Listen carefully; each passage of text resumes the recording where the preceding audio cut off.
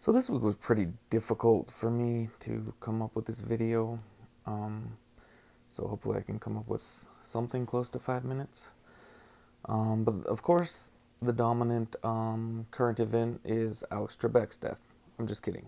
It's the presidential election and the AP predicting that Joe Biden will win in the Electoral College. And the topic this week from the book was a lot of really heady political theory stuff.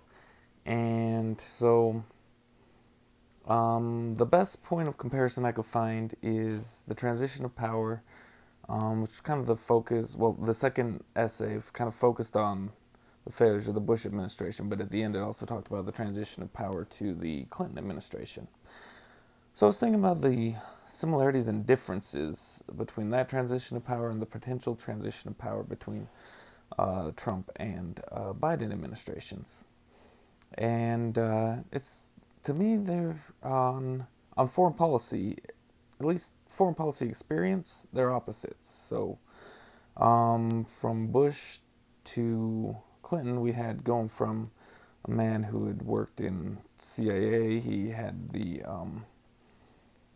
relationships with everyone around the world, to a governor with very little foreign experience. Here we have a businessman. He had international business dealings, so he knew some of those leaders, but he didn't have the actual foreign policy experience.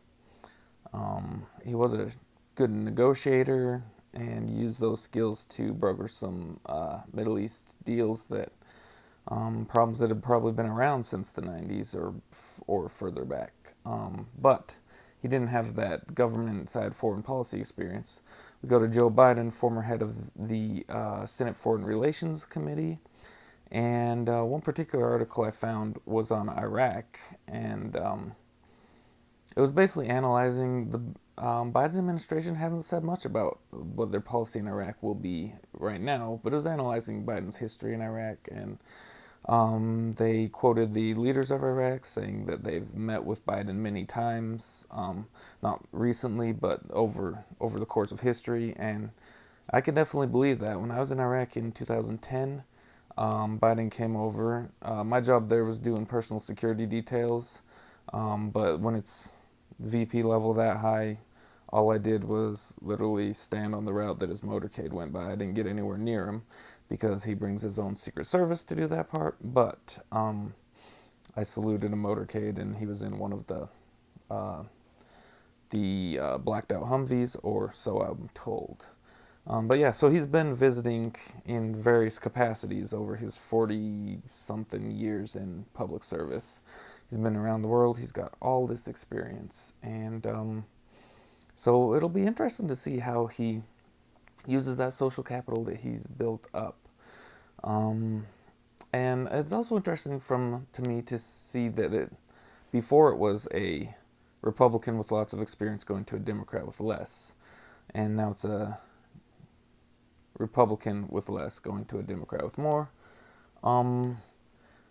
But I don't know. Part of me thinks that Biden's foreign policy will be a lot more similar to Bush 1's than to Trump's. Because Bush 1 was definitely a foreign interventionist. He wanted this new world order where America policed the world. And Trump is more of a, almost, I feel like he's almost more like a libertarian conservative when it comes to foreign policy. He wants to avoid foreign entanglements where we can. And it seems like the neoconservatives and the Democrats have lined up on that foreign policy that they want us to be out policing the world, and then the Republicans and the Libertarians, or not Republicans, so the paleo-conservative Republicans and the Libertarian wing have been against it. So, but I guess it's time to get to questions. I was wondering, what other similarities and differences do you see between the 1990s and our current situation, particularly focusing on the transition of power between Bush and Clinton, and now Trump potentially to Biden. Thanks. I hope you have a great week.